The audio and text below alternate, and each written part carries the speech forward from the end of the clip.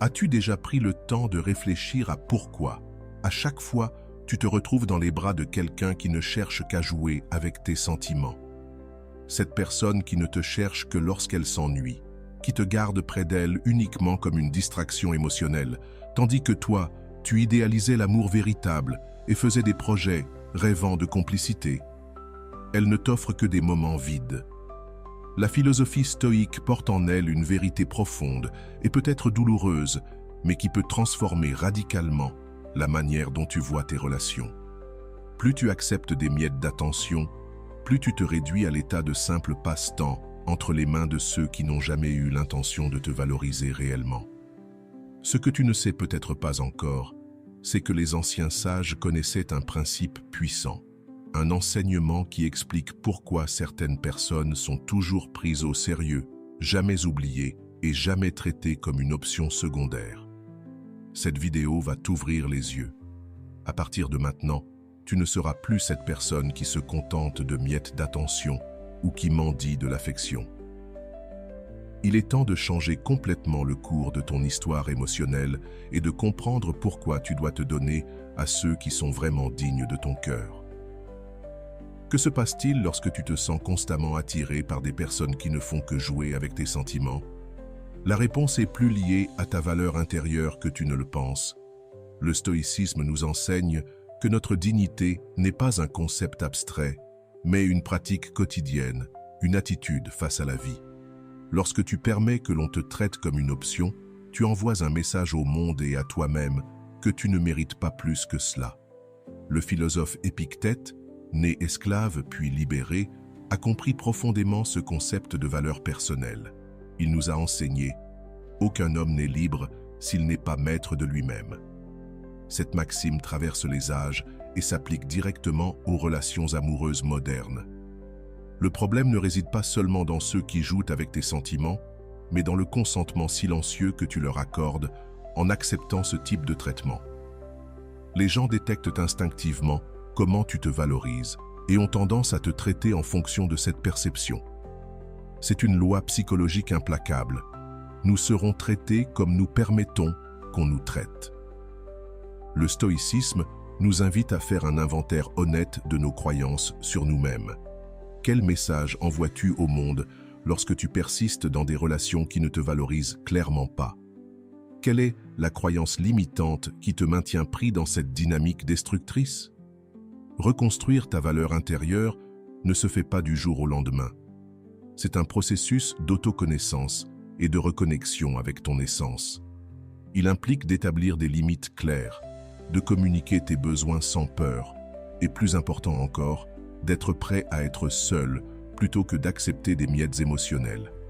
Avant de continuer, si tu n'es pas encore abonné à ma chaîne YouTube, je t'invite à le faire dès maintenant. En t'abonnant, tu seras informé de toutes mes nouvelles vidéos, ce qui te permettra de ne rien manquer de contenu précieux. Les stoïciens ont compris que la véritable liberté vient de l'autodiscipline. Lorsque tu apprends à maîtriser tes réactions émotionnelles et à te respecter avant tout, il se produit une transformation dans la manière dont les autres te perçoivent. Tu n'es plus vu comme une personne disponible pour des jeux émotionnels, mais comme quelqu'un qui sait ce qu'il vaut. C'est la première et la plus fondamentale transformation. Recalibrer ton sens de la valeur personnelle. Il ne s'agit pas de devenir arrogant ou inaccessible, mais de reconnaître que ta paix intérieure et ton intégrité émotionnelle sont des trésors trop précieux pour être donnés à ceux qui ne les apprécient pas. Lorsque tu commences à agir à partir de ce lieu d'estime de soi authentique, les personnes qui cherchaient seulement du divertissement commencent à ressentir quelque chose de différent. Elles réalisent qu'elles sont en présence de quelqu'un qui ne se vend pas à bas prix, qui a des principes solides et une présence qui inspire le respect. Et paradoxalement, c'est cette posture d'estime de soi qui crée la première graine d'attraction véritable chez ceux qui, auparavant, ne cherchaient qu'à jouer. C'est là le fondement du stoïcisme appliqué aux relations. Comprendre que ta valeur ne diminue pas selon l'opinion des autres ou la manière dont tu es traité. Ta valeur est intrinsèque et inaltérable. Une fois que tu incarnes cette vérité, tu commences à irradier une énergie différente, une présence magnétique qui filtre naturellement ceux qui ne sont pas à la hauteur d'une véritable connexion. Souviens-toi, tu n'as pas besoin de convaincre qui que ce soit de ta valeur, tu dois seulement la reconnaître et vivre selon elle. Lorsque tu fais cela, les personnes qui jouaient autrefois avec tes sentiments commencent à se demander pourquoi elles n'ont jamais remarqué la gemme rare qui se trouvait toujours devant elles. Et c'est là que commence l'inversion du jeu émotionnel. Le stoïcisme offre une réponse claire, la maîtrise de ses propres émotions. Il ne s'agit pas d'un concept abstrait, mais d'une pratique quotidienne qui transforme complètement ton pouvoir d'attraction. Lorsque tu réagis impulsivement à chaque stimulus émotionnel, un message sans réponse, un rendez-vous annulé à la dernière minute, une attitude ambiguë, tu remets ton pouvoir entre les mains de ceux qui jouent avec tes sentiments. Le philosophe stoïcien Sénèque affirmait « Celui qui n'a pas de contrôle sur ses passions n'est pas libre, il est enchaîné à la servitude. » La maîtrise émotionnelle commence par une reconnaissance honnête de tes schémas réactifs. Quelles sont tes vulnérabilités émotionnelles? Qu'est-ce qui te pousse à abandonner ton centre et à courir après quelqu'un qui ne montre clairement pas le même intérêt? Ce travail d'auto-analyse n'est pas confortable, mais il est absolument nécessaire.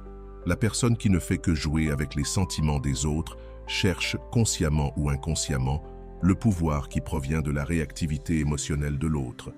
Lorsque tu montres de l'anxiété, des jalousies excessives, une nécessité désespérée de validation ou une peur irrationnelle de l'abandon, tu nourris inconsciemment cet équilibre de pouvoir.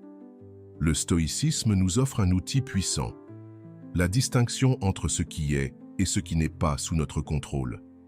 Les actions, paroles et sentiments des autres sont complètement hors de notre contrôle. Ce qui reste dans notre domaine est exclusivement la manière dont nous répondons à ces situations. Imagine le scénario suivant. Quelqu'un qui t'intéresse montre une attention intense pendant quelques jours, puis disparaît sans explication. La réaction courante serait une montagne russe émotionnelle. Anxiété, révision constante du téléphone, analyse obsessionnelle de ce que tu aurais pu mal faire, et peut-être des messages désespérés à la recherche d'attention.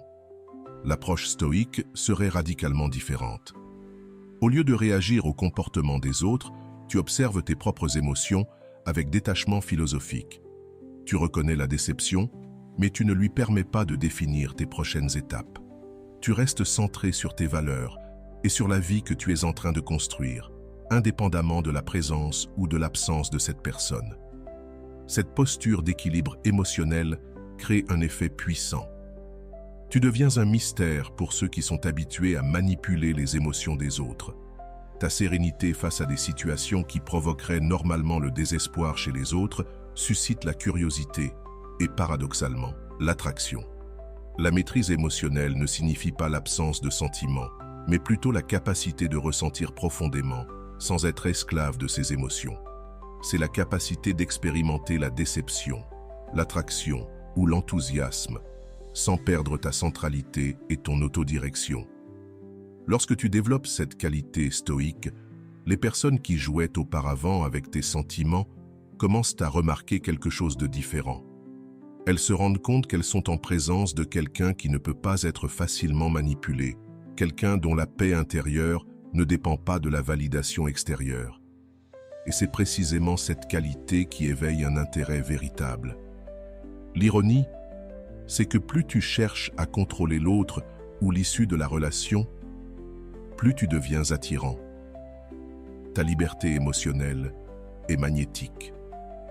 Elle communique que tu es complet par toi-même. Une relation devrait être une addition bienvenue à ta vie déjà satisfaisante, pas une nécessité désespérée pour combler un vide. Ce domaine émotionnel se cultive chaque jour à travers les pratiques stoïciennes, la réflexion sur tes propres valeurs, la méditation sur la fugacité des émotions intenses, le questionnement des pensées automatiques et le développement conscient de réponses réfléchies plutôt que de réactions impulsives. La personne qui, autrefois, jouait avec tes sentiments, se retrouve maintenant intriguée par ta stabilité émotionnelle. Elle commence à se demander pourquoi ces tactiques habituelles ne fonctionnent plus avec toi, et dans ce questionnement naît la possibilité d'une connexion basée sur le respect mutuel, non sur des jeux de pouvoir.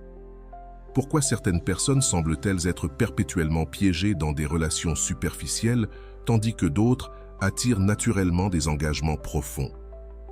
La réponse stoïcienne réside dans la liberté intérieure, un concept qui transforme complètement ton attractivité et ton pouvoir personnel dans les relations. La liberté intérieure, selon la perspective stoïcienne, signifie que ton bonheur et ta satisfaction personnelle ne dépendent pas de facteurs externes, notamment du comportement des autres. Marc Aurèle, empereur romain et philosophe stoïcien, a écrit dans ses méditations: « Très rapidement, la matière se dissout dans ses parties. Très rapidement, les noms sont oubliés. Très bientôt, la renommée périra, et tout ce qui est objet d'admiration disparaît. » Que signifie cela pour tes relations? Quand tu dépends émotionnellement de quelqu'un pour te sentir complet, heureux ou validé, tu remets essentiellement les clés de ton bonheur entre les mains de cette personne. Et ceux qui jouent uniquement avec les sentiments des autres sont experts dans l'art de détecter et d'exploiter cette dépendance. La liberté intérieure commence par une question inconfortable. Qu'est-ce que tu cherches vraiment dans tes relations? Souvent, sans nous en rendre compte, nous cherchons chez les autres ce que nous devrions trouver en nous-mêmes. La sécurité émotionnelle, la validation de notre valeur, la confirmation de notre attractivité, ou même un sens de notre vie. Les stoïciens nous enseignent que ces besoins fondamentaux ne peuvent être véritablement satisfaits que par nous-mêmes. Aucune relation, aussi intense soit-elle, ne peut combler les vides dans notre propre structure psychologique et spirituelle. C'est une vérité inconfortable mais libératrice. Cultiver la liberté intérieure signifie développer une vie riche et pleine de sens, indépendamment de tes relations amoureuses. Cela implique de cultiver des amitiés profondes, de rechercher la croissance intellectuelle, de contribuer à des causes plus grandes que soi, de développer des talents et des compétences, et de construire une relation saine avec soi-même. Lorsque tu vis de cette manière, quelque chose d'extraordinaire se produit dans ta dynamique relationnelle. Les personnes qui jouaient avec tes sentiments se rendent compte qu'elles se trouvent face à quelqu'un qui ne vit pas pour les relations, mais qui a une vie pleine et autodirigée. Cette compréhension change radicalement la façon dont elles se rapportent à toi. La liberté intérieure se manifeste dans des détails subtils, mais remarquable. C'est la capacité de dire non sans craindre de perdre quelqu'un. C'est la tranquillité de passer un week-end seul, engagé dans des activités significatives, au lieu de désirer une compagnie à tout prix. C'est la force de mettre fin à des relations qui ne sont pas alignées avec tes valeurs, même si la solitude te fait peur. Cette liberté crée une puissante paradoxale. Plus tu n'as pas besoin de quelqu'un en particulier pour être heureux, plus tu deviens attractif. Pas par des techniques de manipulation ou de séduction, mais parce que tu irradies véritablement une énergie de plénitude, magnétiquement attirante. Si vous êtes arrivé jusque-là, écrivez en commentaire « Je mérite d'être aimé réciproquement ». Les personnes qui jouaient avec tes sentiments se demandent désormais pourquoi tu ne sembles pas affecté par leurs jeux émotionnels. Qu'est-ce qui te rend si sûr et centré? Et dans cette interrogation, quelque chose se transforme. Le philosophe stoïcien Épictète, qui a vécu l'esclavage avant de devenir un respecté professeur de philosophie, connaissait bien la valeur de la liberté intérieure. Il soutenait qu'un homme véritablement libre ne désire rien qui ne soit pas en son pouvoir d'obtenir. Appliqué aux relations, cela signifie ne pas désirer désespérément l'affection, l'attention ou l'engagement d'une personne en particulier, car ces choses ne sont jamais entièrement sous notre contrôle. La pratique de la liberté intérieure est un exercice quotidien. Cela commence par remettre en question constamment tes attachements émotionnels et être prêt à laisser partir ce qui ne sert plus à ta croissance. Cela continue par le développement conscient d'une vie riche en sens, qui transcende toute relation particulière. Lorsque tu embrasses véritablement ta liberté intérieure, la dynamique de pouvoir dans tes relations change radicalement. Ceux qui te voyaient autrefois comme une source de validation ou de divertissement temporaire te reconnaissent maintenant comme quelqu'un avec profondeur et autosuffisance, des qualités rares et extrêmement précieuses dans un monde de connexions superficielles. Et ainsi, Sans manipulation ni jeu émotionnel, tu deviens quelqu'un dont la compagnie est un privilège, pas un droit. Quelqu'un pour qui il vaut la peine de faire des efforts et qui démontre une valeur authentique. La personne qui jouait autrefois avec tes sentiments se retrouve maintenant à penser à la manière de mériter une place dans ta vie construite. Qu'est-ce qui distingue réellement quelqu'un qui inspire un amour profond de quelqu'un qui ne reçoit que des miettes d'attention?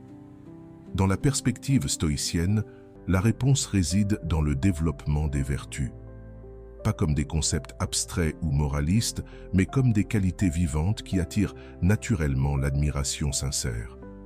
Pour les philosophes stoïciens, il y avait 4 vertus cardinales: la sagesse, Sophia, le courage, Andreia, la tempérance, Sophrosine, et la justice, Dikaiosun.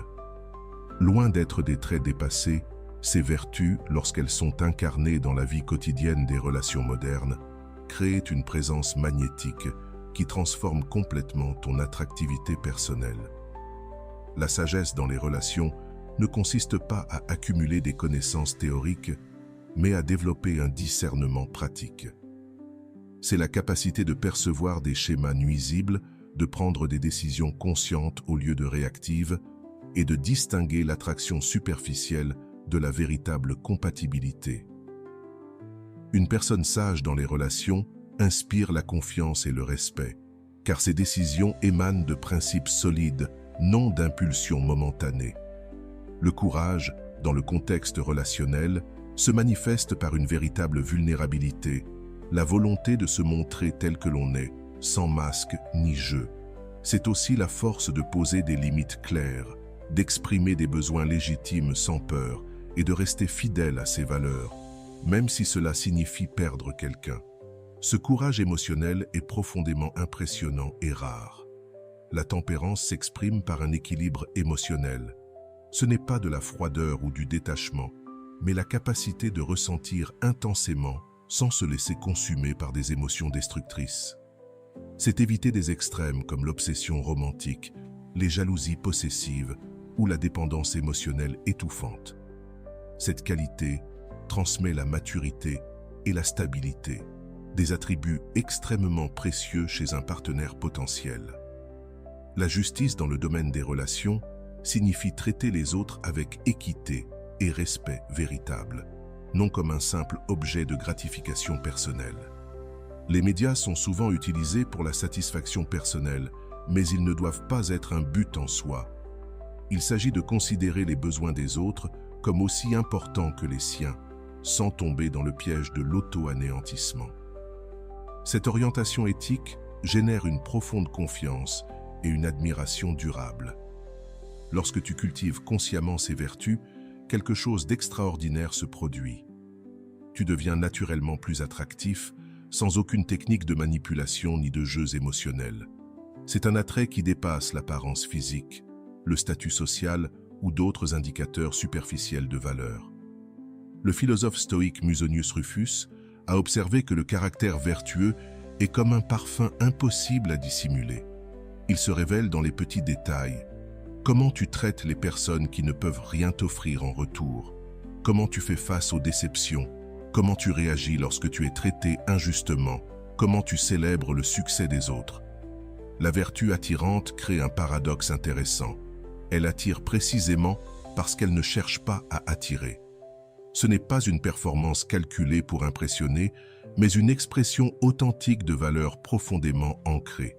Et cette authenticité est d'une puissance immense dans un monde où les relations sont souvent superficielles et performatives.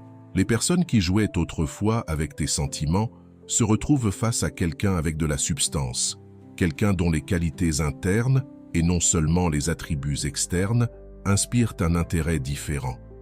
Cet intérêt va au-delà du désir de consommer ou de posséder, se transformant en une admiration authentique. Cette admiration est la base de connexions profondes et durables. Quand quelqu'un admire ton caractère, ton intégrité, ta force intérieure, quelque chose de plus puissant que l'attraction physique ou la compatibilité superficielle se met en place, une base solide pour une relation significative. Le développement des vertus stoïques est un travail intérieur constant. Il ne s'agit pas de perfection morale, mais d'un alignement conscient avec des valeurs élevées. Ce processus de raffinement personnel transforme non seulement tes relations extérieures, mais crée aussi une relation plus harmonieuse avec toi-même, ce qui, paradoxalement, augmente encore ton attractivité. Quand tu arrêtes de tenter désespérément d'être aimé et que tu te concentres sur le fait de devenir quelqu'un d'admirable, cela change totalement la dynamique de tes relations.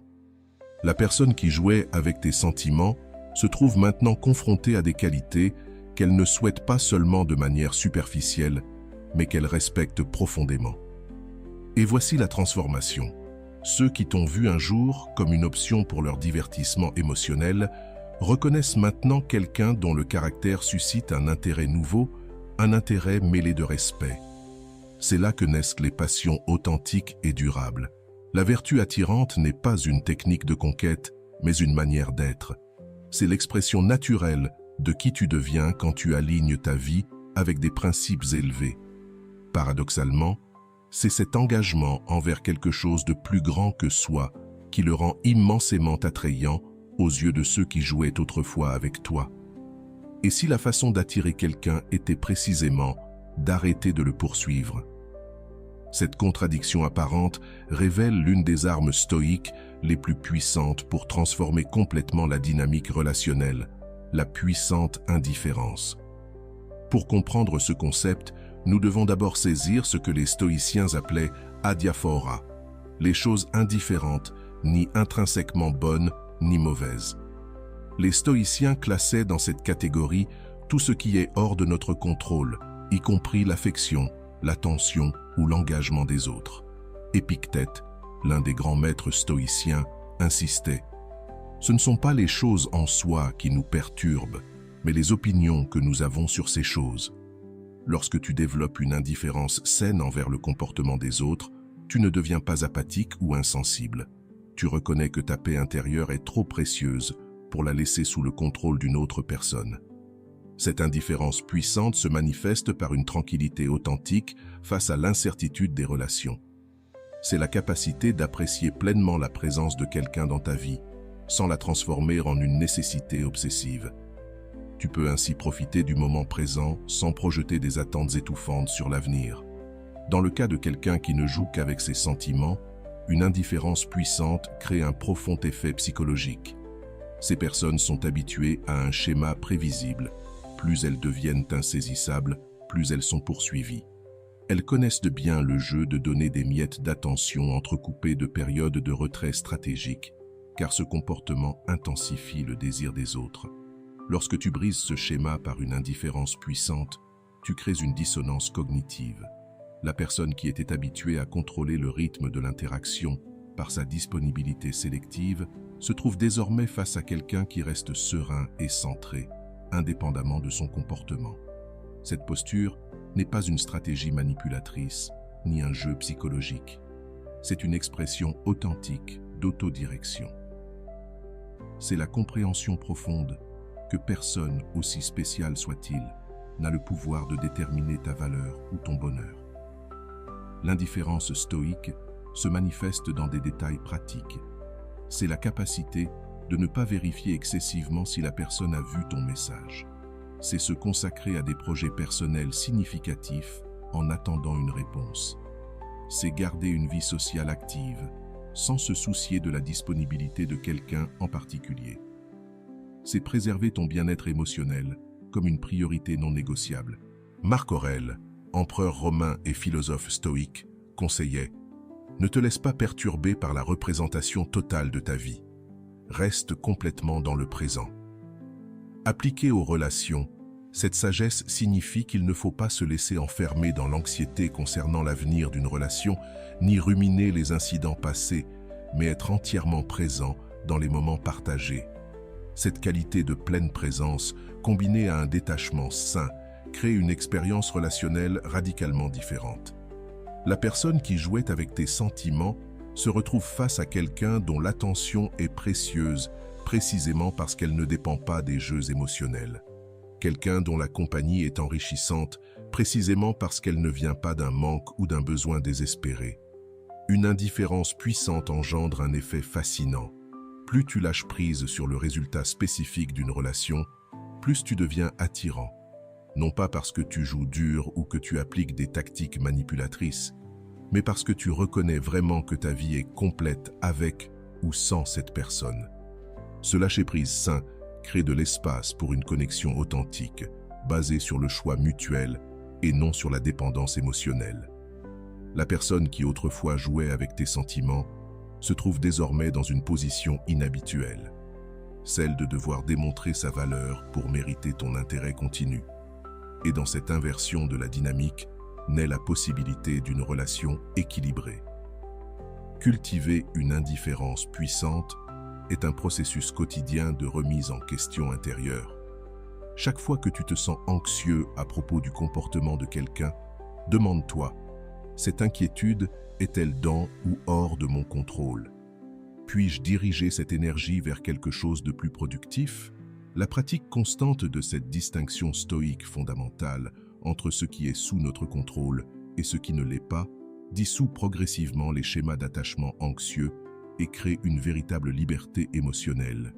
Une liberté qui devient intensément attractive pour ceux qui sont habitués à trouver uniquement des addictions ou des jeux. Sans utiliser aucune stratégie manipulatrice, la personne qui auparavant jouait avec ses sentiments se trouve intriguée par une tranquillité inébranlable. Elle commence à se demander « Qu'est-ce qui te rend différent? Qu'est-ce qui te fait être si ancré en toi-même » Et dans cette curiosité naît la semence d'un intérêt plus profond et plus sincère. Pourquoi certaines personnes semblent-elles inspirer naturellement respect et considération, tandis que d'autres sont facilement oubliées après l'intérêt initial? La philosophie stoïcienne révèle une vérité transformatrice. Ceux qui vivent guidés par un but plus grand qu'eux-mêmes possèdent une qualité magnétique qui transcende l'attraction ordinaire.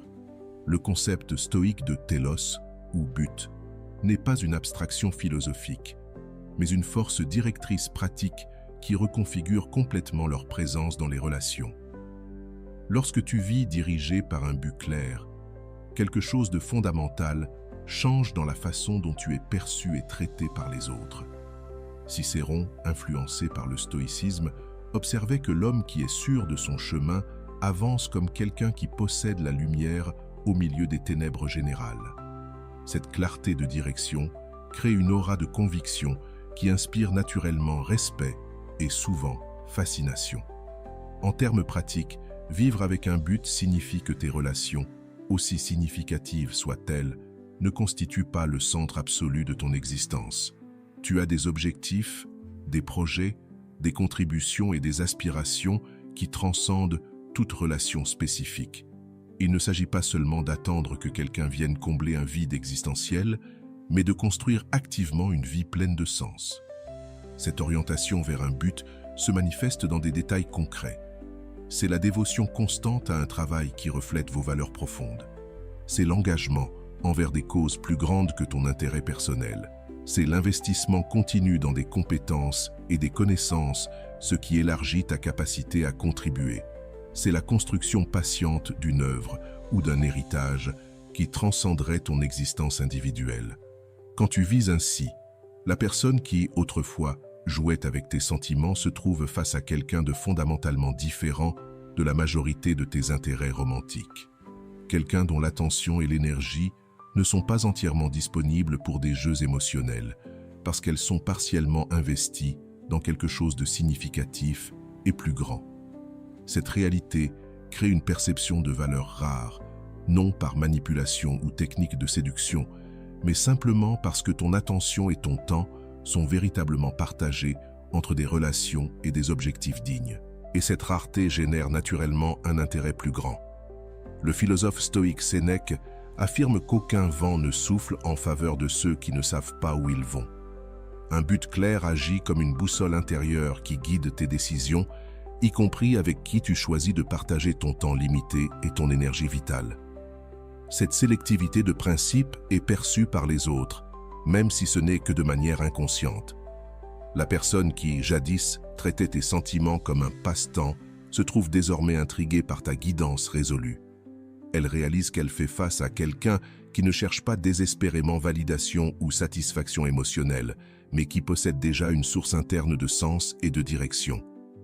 Cette prise de conscience suscite un type d'intérêt différent, non seulement le désir de posséder ou de contrôler, mais une curiosité sincère à propos de ta vision du monde et de tes aspirations. Un intérêt qui contient des éléments d'admiration et de respect, des ingrédients essentiels pour des connexions plus profondes et durables. Le but magnétique crée également une dynamique intéressante. Les gens commencent à vouloir faire partie de ton voyage, contribuer à ta vision, être à tes côtés pendant que tu construis quelque chose de significatif. C'est un désir de participer à quelque chose de plus grand, et non seulement à une consommation émotionnelle mutuelle. Cultiver un but clair est un travail interne constant. Il commence par des questions fondamentales. Qu'est-ce qui compte réellement pour moi? Quel type d'impact veux-je créer? Quelles sont les valeurs pour lesquelles je suis prêt à faire des sacrifices? Comment puis-je utiliser mes compétences uniques pour servir quelque chose de plus grand que moi-même? Les réponses à ces questions ne viennent pas instantanément, mais émergent à travers une réflexion continue, une expérimentation courageuse et une attention au schéma naturel d'engagement et d'enthousiasme dans ta vie. Le but authentique ne s'impose pas de l'extérieur, il se découvre de l'intérieur. Lorsque peu à peu tu clarifies et alignes ta vie avec ce but, une transformation subtile mais profonde se produit dans tes relations.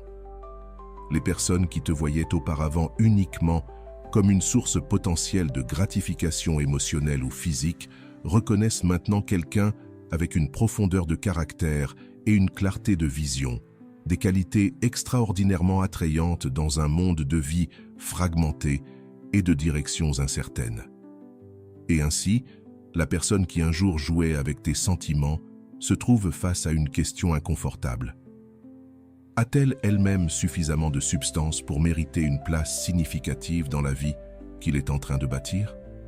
Cette inversion de dynamique, où elle remet en question sa propre valeur à ton égard, et non l'inverse, marque le début d'une profonde transformation dans l'équilibre de pouvoir de la relation. Qu'est-ce qui distingue quelqu'un dont les interactions laissent une marque indélébile de quelqu'un qu'on oublie facilement? La philosophie stoïque nous offre une réponse profonde à travers le concept de présence authentique, une qualité rare qui transforme totalement l'impact que tu as sur les autres. La présence authentique, selon la perspective stoïque, est la capacité d'être pleinement disponible dans l'instant présent, sans fragmentation mentale, sans masques sociaux, sans agenda caché. C'est un état de conscience intégré où les pensées, les paroles et les actions sont parfaitement alignées. Le philosophe Épictète insistait sur le fait qu'il est impossible pour un homme d'apprendre ce qu'il pense déjà savoir. Cette humilité intellectuelle est un composant essentiel de la présence authentique. La volonté d'être véritablement ouvert à l'autre, sans supposition limitante ni jugement hâtif. Dans les relations modernes, nous sommes souvent plus préoccupés par l'idée de paraître intéressant que par le fait d'être véritablement intéressé. Nous calculons nos réponses, préparons nos comportements, cachons nos vulnérabilités, tout cela au nom d'une image soigneusement construite. Ce comportement performatif peut attirer une attention superficielle, mais il inspire rarement une connexion authentique. La présence authentique est radicalement différente. C'est le courage de se montrer tel que l'on est, avec ses contradictions, ses imperfections et ses doutes. C'est la capacité d'écouter pleinement, sans formuler de réponse mentale pendant que l'autre parle. C'est la volonté de révéler son véritable moi, même lorsque cela implique un risque émotionnel. Cette qualité crée un contraste frappant dans un monde d'interactions superficielles. Alors que la majorité des gens sont partiellement présents, divisés entre la conversation actuelle et les compulsives vérifications de leur téléphone, entre l'instant réel et les préoccupations du passé ou du futur, quelqu'un capable d'avoir une présence complète se distingue comme une rareté précieuse. La personne qui autrefois jouait avec tes sentiments se trouve maintenant face à une expérience relationnelle inédite. Quelqu'un qui la voit vraiment et l'écoute, sans filtre.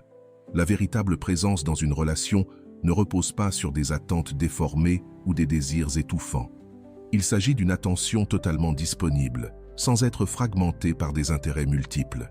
Cette capacité de se concentrer pleinement sur l'instant présent crée un espace psychologique sûr où des connexions profondes peuvent émerger, non pas par des techniques de séduction ou des stratégies d'attraction, mais simplement grâce à l'authenticité qui invite l'autre à abaisser ses défenses.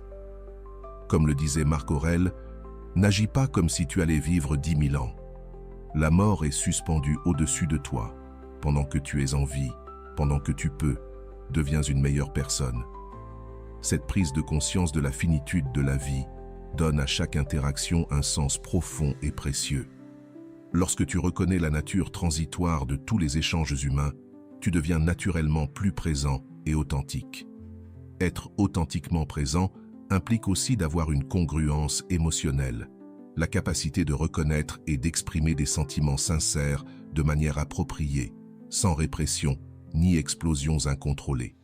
C'est l'harmonie entre ce que tu ressens intérieurement et ce que tu exprimes extérieurement.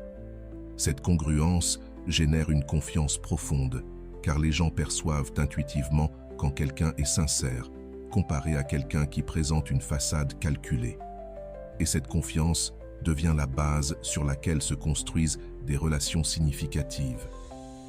Cultiver la présence authentique est un processus continu. Il implique des pratiques comme la pleine conscience, l'autoréflexion honnête et le détachement progressif des masques sociaux qui ne servent plus à ton évolution. Cela demande aussi le courage de faire face à tes propres peurs du rejet et du jugement, qui sont souvent les moteurs d'un comportement inauthentique. Lorsque tu développes dans cette qualité, la personne qui auparavant ne jouait qu'avec ses sentiments réalise qu'elle fait face à quelqu'un de différent, à quelqu'un qui offre une forme rare de connexion dans un monde dominé par des relations superficielles et instrumentales. Ce contraste crée une impression durable. La personne commence à percevoir la différence entre la profondeur de l'expérience partagée avec toi et la superficialité de ses autres interactions. En prenant conscience de cette différence, un nouvel intérêt naît. Ce n'est pas seulement une attraction passagère, mais un désir sincère d'explorer cette connexion inhabituelle. La présence authentique est non seulement attirante, mais elle est également transformante. Lorsque tu offres ce niveau de présence à quelqu'un, même si cette personne n'était initialement intéressée que par des jeux émotionnels, tu crées une opportunité pour elle de découvrir une manière plus authentique de se lier aux autres. Certains répondront positivement à cette opportunité, découvrant en eux-mêmes un désir de connexion authentique qu'ils ignoraient peut-être. D'autres, en revanche, se sentiront mal à l'aise face à cette authenticité, préférant rester dans le domaine familier des jeux émotionnels. Cette réponse différenciée sert de filtre naturel, séparant ceux qui sont prêts à une profondeur relationnelle de ceux qui ne le sont pas. Ainsi, ta présence authentique devient non seulement un moyen d'attirer ceux qui jouent avec tes sentiments, mais aussi un catalyseur pour des transformations relationnelles profondes, tant pour toi que potentiellement pour l'autre. Dans un monde dominé par l'impulsivité et la gratification instantanée, ce qui est le plus attractif est peut-être la philosophie stoïcienne. Elle nous révèle une qualité extraordinairement magnétique, l'autodiscipline. Il ne s'agit pas d'une vertu démodée, mais d'une force silencieuse qui exerce un pouvoir presque irrésistible sur les autres. L'autocontrôle dans la vision stoïcienne va bien au-delà du simple contrôle des impulsions. C'est la capacité de se gouverner soi-même selon des principes élevés, indépendamment des circonstances externes.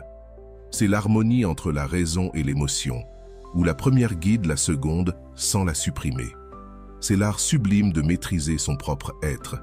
Sénèque disait que l'empire le plus grand est celui sur soi-même. Cette vérité se manifeste puissamment dans les relations.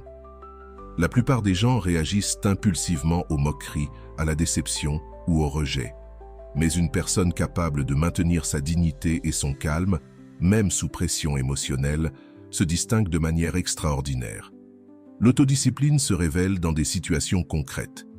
C'est la capacité de communiquer ses besoins sans explosions émotionnelles. C'est la force de rester fidèle à ses valeurs, même lorsque l'on est tenté de les compromettre pour une approbation momentanée. C'est la discipline de maintenir des limites saines, même si cela implique de risquer de perdre quelqu'un. C'est la capacité de différer la gratification immédiate pour des bénéfices à long terme. Dans le contexte d'une personne qui joue avec tes sentiments, l'autodiscipline crée une dynamique fascinante. Ces personnes sont habituées à provoquer des réactions émotionnelles intenses, angoisse, jalousie, insécurité, obsession. Lorsqu'elles rencontrent quelqu'un qui reste centré et digne, même face à des comportements manipulateurs, elles éprouvent une profonde dissonance cognitive. Cette dissonance éveille souvent une curiosité. Qu'est-ce qui rend cette personne différente? D'où provient cette force intérieure inhabituelle? Et dans cette curiosité naît un nouvel intérêt. Pas seulement une attraction superficielle, mais une véritable intrigue sur ta constitution intérieure. Marc Aurèle conseillait « Ne te laisse pas emporter par ce qui n'est pas à toi, reste ferme et libre ». Appliqué aux relations, cela signifie ne pas permettre à ton état émotionnel d'être déterminé par le comportement des autres. C'est la capacité de ressentir la déception sans se laisser définir par elle, d'éprouver de l'attirance sans en être consumé, de faire face au rejet sans perdre son centre. L'autodiscipline se manifeste également par une cohérence de caractère. C'est la qualité d'être fondamentalement la même personne, quelles que soient les circonstances. Il ne s'agit pas d'une rigidité inflexible, mais d'une fidélité fondamentale à des principes et valeurs qui transcendent les états d'âme momentanés ou les pressions extérieures. Cette cohérence génère une confiance profonde, car les gens savent à quoi s'attendre de toi. Dans un monde de personnalités caméléoniques qui s'adaptent en fonction de la convenance, quelqu'un avec un caractère stable devient un refuge sûr. Et paradoxalement, cette sécurité est intensément attractive pour ceux qui sont habitués à des relations volatiles. Cultiver l'autodiscipline est un travail intérieur quotidien. Cela commence par la pratique stoïcienne de l'examen de conscience. Un examen honnête des situations où tu as permis à des impulsions momentanées de supplanter tes principes élevés. Cela continue par le développement de réponses conscientes plutôt que de réactions instinctives, surtout dans les situations chargées d'émotions. Lorsque tu incarnes cette qualité, la personne qui jouait avec tes sentiments est confrontée à un nouveau défi. Ces tactiques habituelles de manipulation émotionnelle perdent leur efficacité face à quelqu'un qui maintient l'équilibre intérieur. Même lorsqu'on le provoque, révèle une forme de respect différente. Ce respect n'est pas basé sur la peur ou le pouvoir, mais sur l'admiration sincère pour la force de caractère. L'autodiscipline ne signifie pas absence d'émotion ou invulnérabilité. Au contraire, elle implique souvent le courage de reconnaître ses faiblesses et ses limites. C'est la capacité de dire « cela me fait mal » ou « cela me convient » sans dramatiser ou tomber dans un effondrement émotionnel. Cette vulnérabilité contrôlée communique de la maturité et de la conscience de soi, des qualités extrêmement précieuses dans une relation amoureuse potentielle. Plus tu développes cette qualité, plus tu deviens naturellement une personne qui inspire non seulement une attirance passagère, mais un intérêt durable. La personne qui, autrefois, jouait avec ses sentiments, se retrouve maintenant à envisager une possibilité inconfortable. Peut-être es-tu quelqu'un pour qui il vaut la peine de faire des efforts sérieux, quelqu'un dont la présence dans sa vie représenterait non seulement une distraction temporaire, mais aussi une opportunité de croissance et de connexion véritable. Ainsi, sans manipulation ni jeu émotionnel, le simple fait de cultiver l'autodiscipline stoïque inverse naturellement la dynamique relationnelle. La personne qui, un jour, traitait ses sentiments comme un simple passe-temps, se retrouve maintenant à investir un effort réel pour mériter une place dans ta vie. Pas parce que tu as appliqué des techniques sophistiquées d'attraction, mais parce que tu es devenu quelqu'un d'intrinsèquement précieux grâce à une gestion sage de toi-même. L'autodiscipline est paradoxalement le chemin vers une liberté relationnelle profonde, la liberté de choisir consciemment tes connexions au lieu d'être guidé par des besoins émotionnels compulsifs. Et cette liberté, cette souveraineté sur soi, est sans doute la qualité la plus irrésistible qu'un être humain puisse cultiver. Tu n'étais pas destiné à être le passe-temps de personne. Soit on te valorise réellement, soit on te perd pour toujours. Et voilà, j'espère que vous avez trouvé beaucoup de valeur dans cette vidéo. Merci d'être resté jusqu'à la fin de cette vidéo, j'adore quand vous faites ça. Si vous voulez une autre vidéo sur ce sujet, écrivez en commentaire « J'en veux encore plus ». J'espère vous revoir dans une autre vidéo. Merci pour ton temps. Prends soin de toi et à bientôt.